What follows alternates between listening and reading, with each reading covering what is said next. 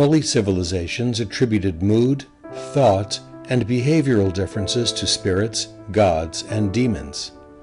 18th century views were more humanistic and took into account the physical structure of the brain. Before psychiatry became a medical specialty, general physicians treated mental illness. The teachings of Dr. Benjamin Rush and of the phrenologists were short on therapeutics, but a turning point in identifying the mentally ill as a group with unique needs. In the beginning of the 19th century, a German physician, Johann Riehl, coined the term psychiatry. Dr. Riehl wrote about the suffering of the insane in asylums and developed treatment methods. He made the observation that suicidal patients who tried to drown themselves but survived often appeared to be temporarily cured. Thus, when patients seemed unresponsive, Dr. Riehl would dunk them under water or try to revive them by dripping hot wax on their hands or placing mice on their skin.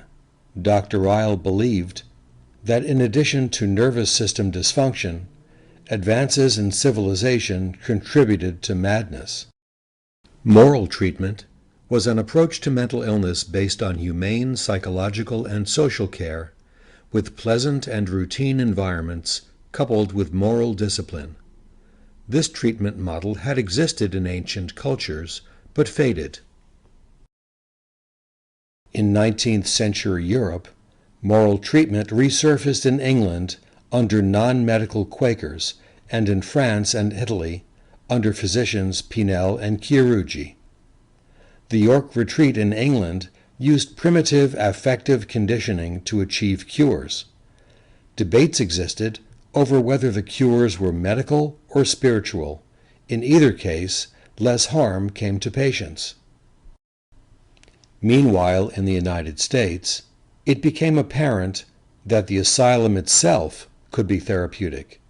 In America, Dr. Benjamin Rush at Pennsylvania Hospital developed humane approaches to treatment, employing sensitive and intelligent attendants to work closely with patients. The attendants regularly read and talked to patients and took them on walks. He also encouraged doctors to give small therapeutic gifts to their patients. Like other doctors of that era, however, Rush's treatments included bloodletting, purging, hot and cold baths, mercury, strapping patients to spinning boards, and tranquilizer chairs.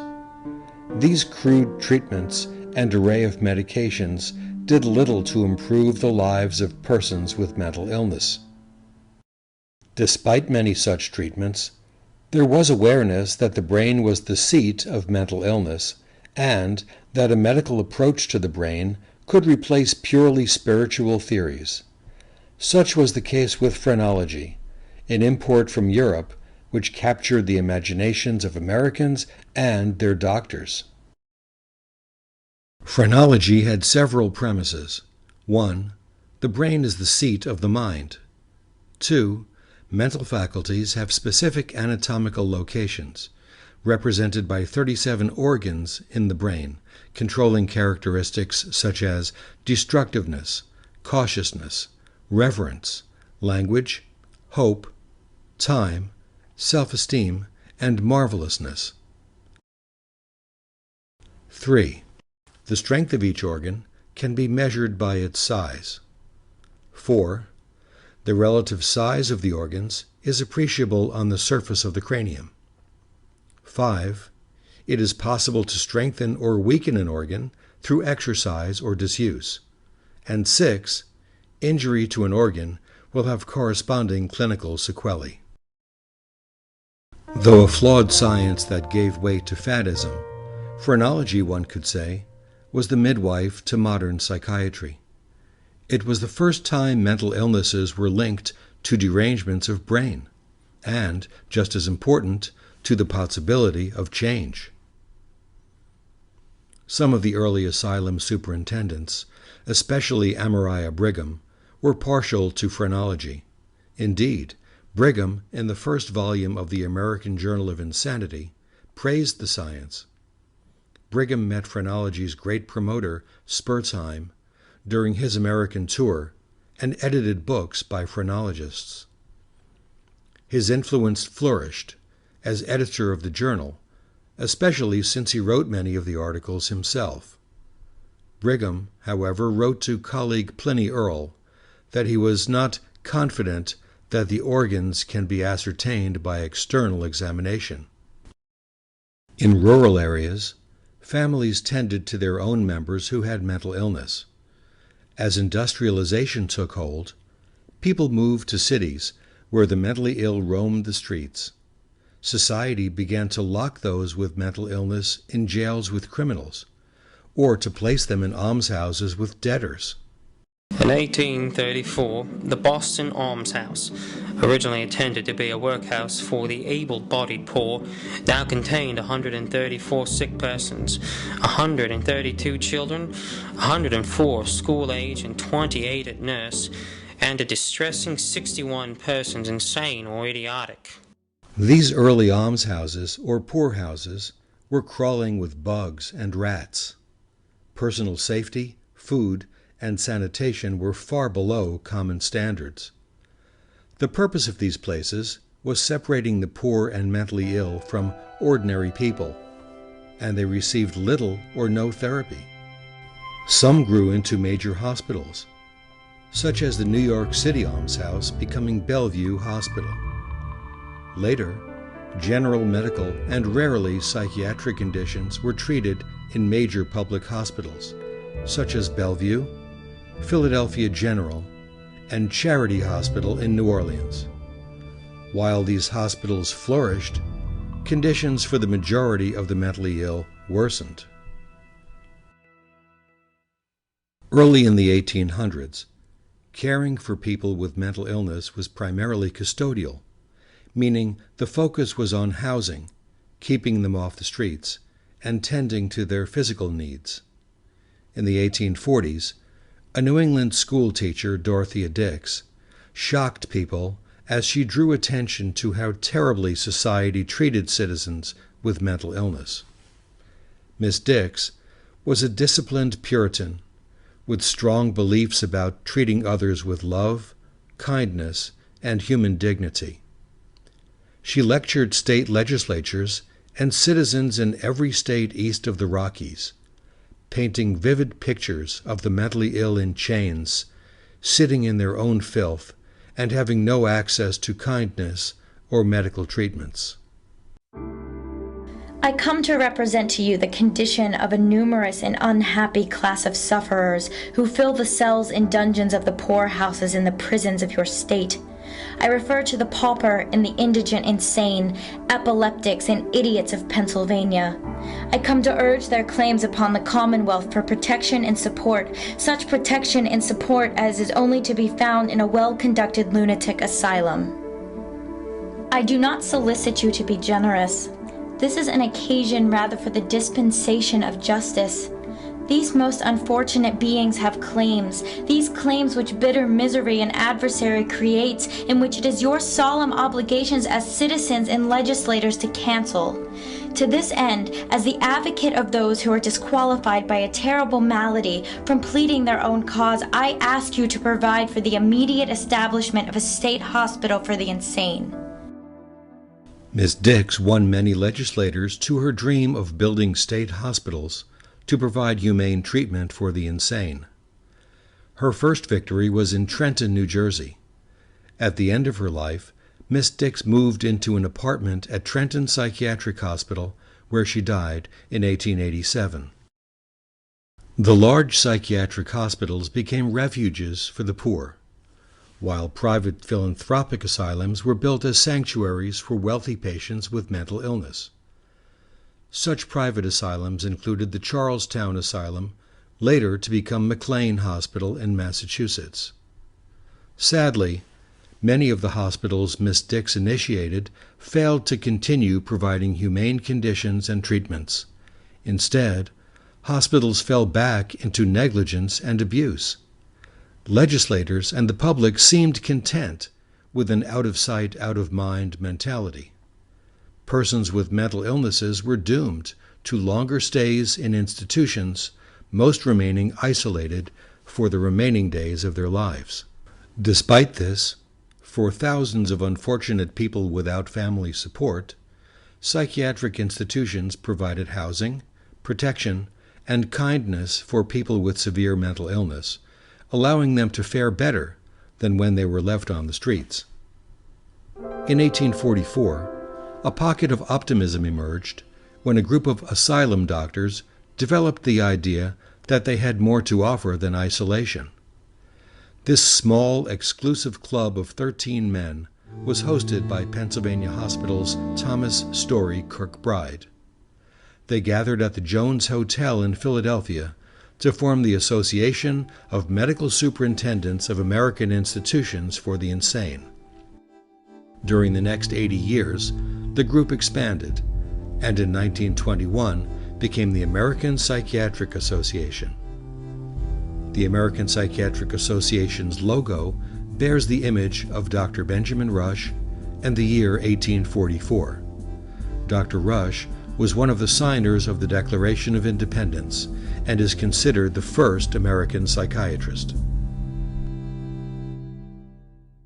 Discussion topics among the superintendents in 1844 resemble those in the 20th and 21st centuries: moral, psychological, and medical treatments, restraints, suicide prevention, and the causes and prevention of insanity. Amariah Brigham, superintendent of the New York State Asylum in Utica, published the group's proceedings in the American Journal of Insanity. In 1921, this journal evolved to become the American Journal of Psychiatry. Early in the 19th century, people believed that insanity was a permanent condition. By mid-19th century, they began to believe that insanity could probably be cured, and later proclaimed that insanity was the most curable of medical illnesses. Asylum superintendents began to boast about their high cure rates. They misled the public and legislatures with inflated statistics, reporting the outcomes of patients who were discharged, while ignoring the rates of all patients who were admitted.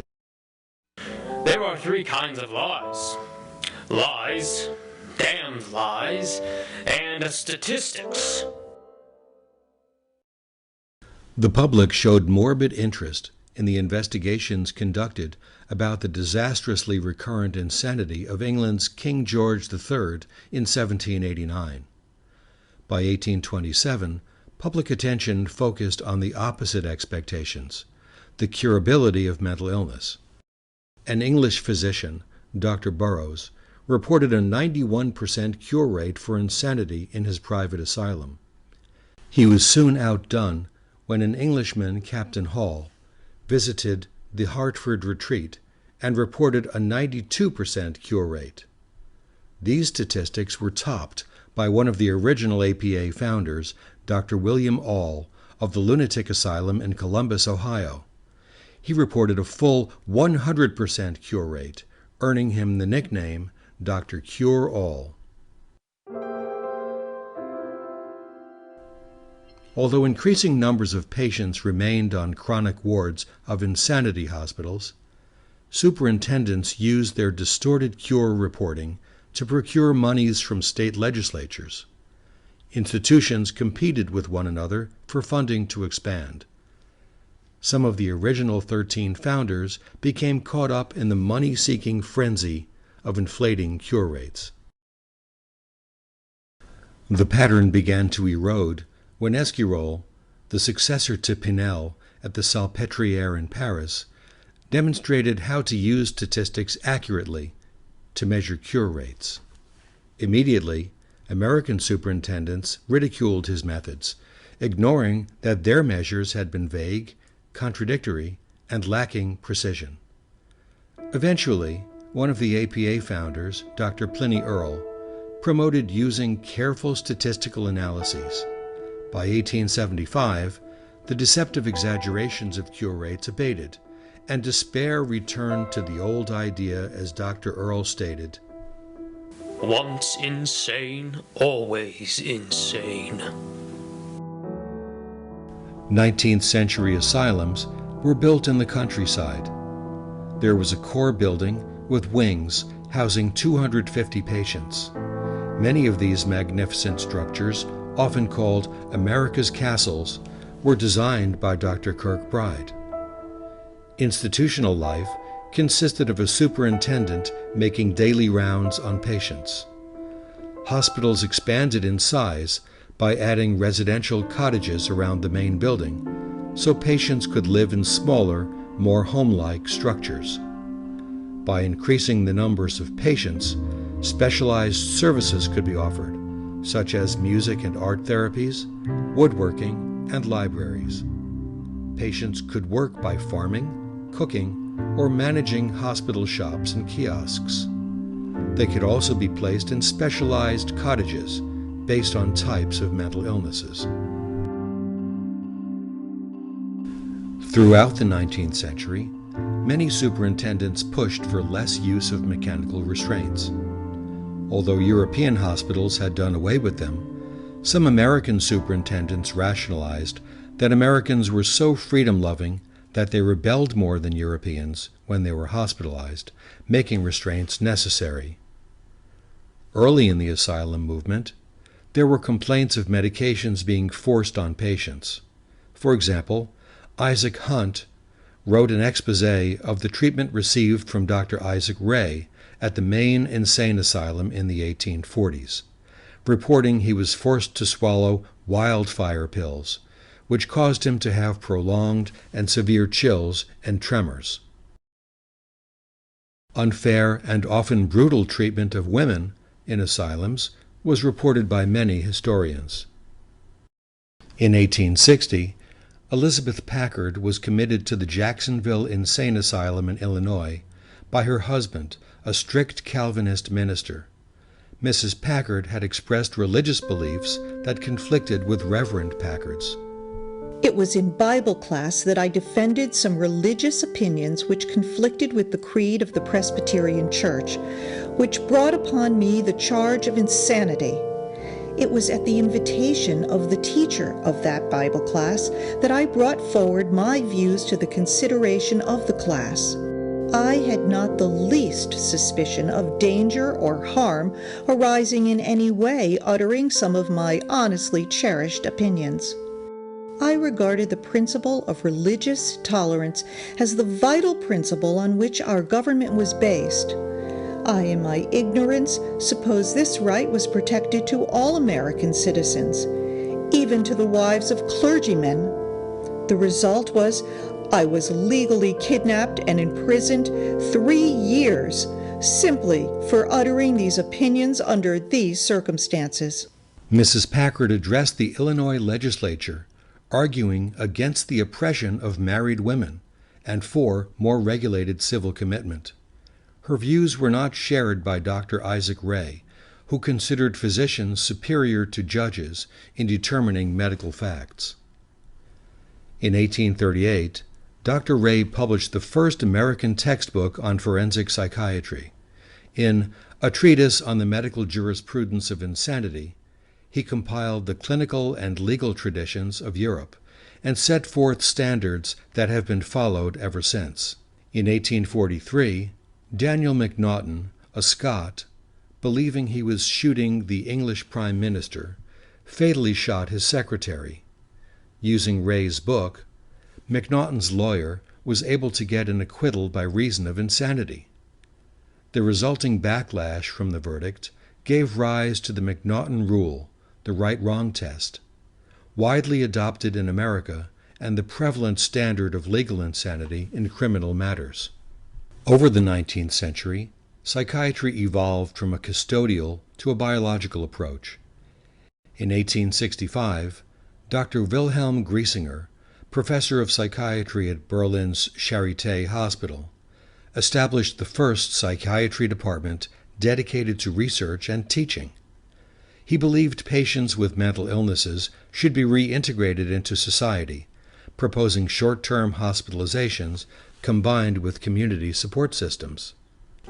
Although there were physicians in large psychiatric institutions, psychiatry was not being taught in American medical schools for most of the 19th century. Among the first teachers were Drs. Pliny Earle at the Berkshire Medical Institute in 1864 in Pittsfield, Massachusetts, and Isaac Ray at Jefferson Medical College in Philadelphia in 1871. Even so, psychiatry still lagged behind in research and integration into mainstream medicine. In the late 19th century, outpatient psychiatric nerve clinics developed in Philadelphia and Boston. Neurologists, not psychiatrists, led research. They focused on physiological causes of mental illness, rather than on ways environment, thinking, and emotions interact with the brain. Responsibility for psychiatry resided with the superintendents of mostly rural asylums. They were aloof from the medical community, far from centers of academic medicine.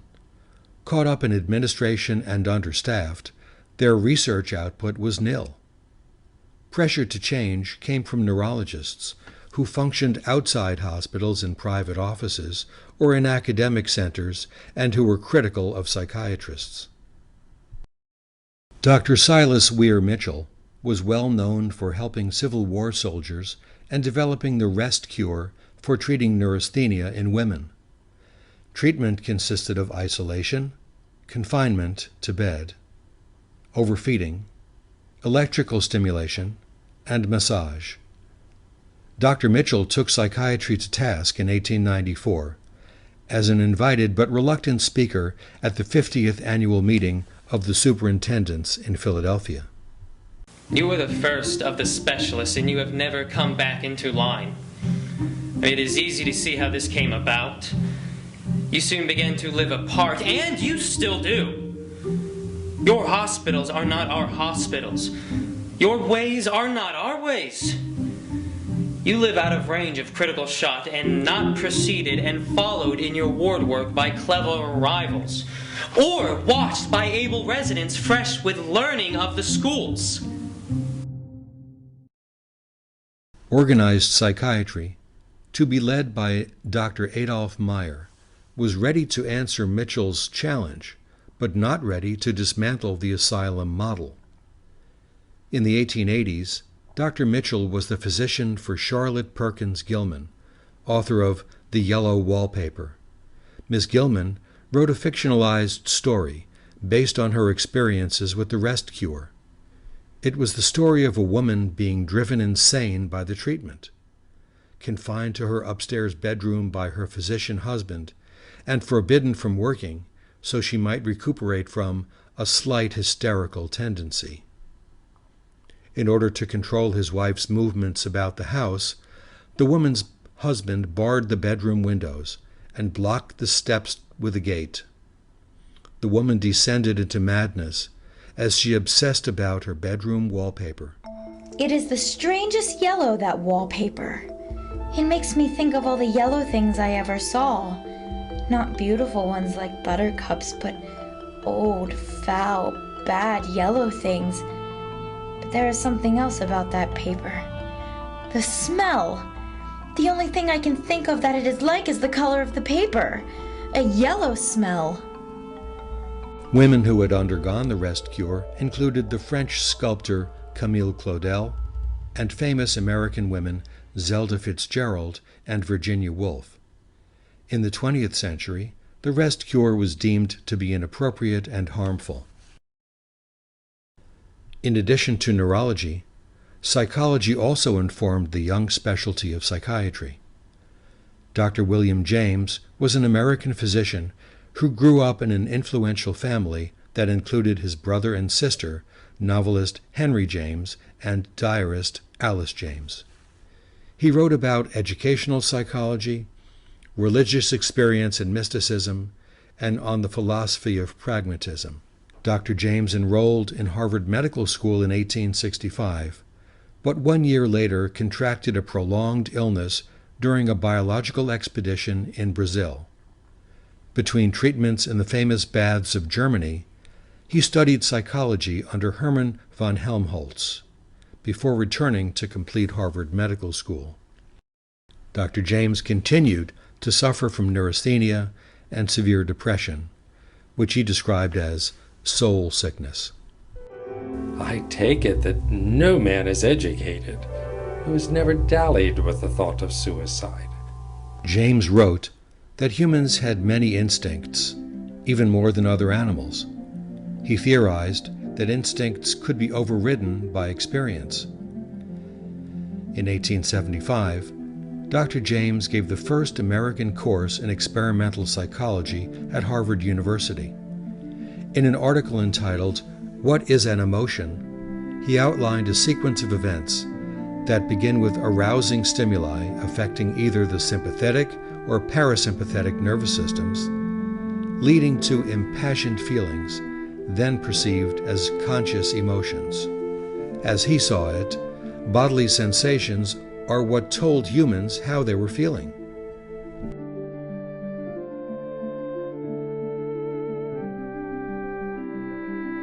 Dr. Sigmund Freud started as a neurologist in Austria, studied and wrote about brain disease, and founded psychoanalysis.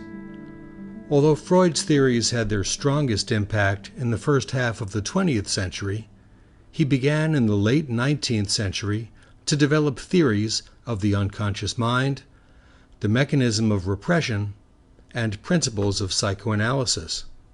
Freud theorized that sexual drives were the primary motivational forces of human life.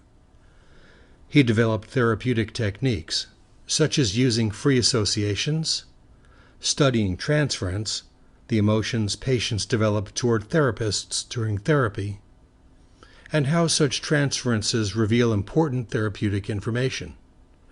Freud studied patients' dreams to gain insights into unconscious desires. In 1885, Freud studied in Paris with Dr. Jean-Martin Charcot, a renowned neurologist and researcher of hypnosis. Charcot displayed patients in front of audiences to demonstrate hysteria and susceptibility to hypnosis. Initially, Freud was so impressed that he turned from his studies of neurology to medical psychopathology. Eventually, he abandoned hypnosis as a cure for mental illness, developing his own therapeutic theories about free association and dream analysis. Freud developed treatments in which patients spoke about their problems, named The Talking Cure by Anna O., a patient treated by Freud's colleague Joseph Breuer. Freud's goal was to locate and release powerful emotional energies that had initially been rejected or imprisoned in his patients' unconscious minds. Freud called this psychic action repression, and he believed that it was an impediment to the healthy functioning of the psyche, causing symptoms to surface which he termed psychosomatic. In 1899, Freud published The Interpretation of Dreams. He considered this to be his greatest contribution, and it launched international interest in his theories. A circle of faithful supporters developed, carrying his work into the 20th century, when almost all chairs of American departments of psychiatry were credentialed as psychoanalysts. During the 19th century, the trend of housing people with mental illnesses in almshouses and prisons decreased. Many general hospitals developed psychiatric wards. Giant state psychiatric hospitals were built in the countryside to reduce the effects of industrialization, a possible cause of mental illnesses. Patients worked at state hospitals, gardening, and tending to dairy cattle. Some patients even worked in coal mines. This allowed the institutions to become almost self-contained, as if they were small cities. Hospital staff members even lived on the hospital grounds. Pilgrim State Hospital in Brentwood, New York, boasted that it was the largest state psychiatric hospital with 16,000 patients. From 1775 to 1900, approaches to mental illness evolved, from placing patients in jails and almshouses to treatment in asylums, to warehousing patients in large state hospitals beyond the ideal size Dr. Kirkbride envisioned.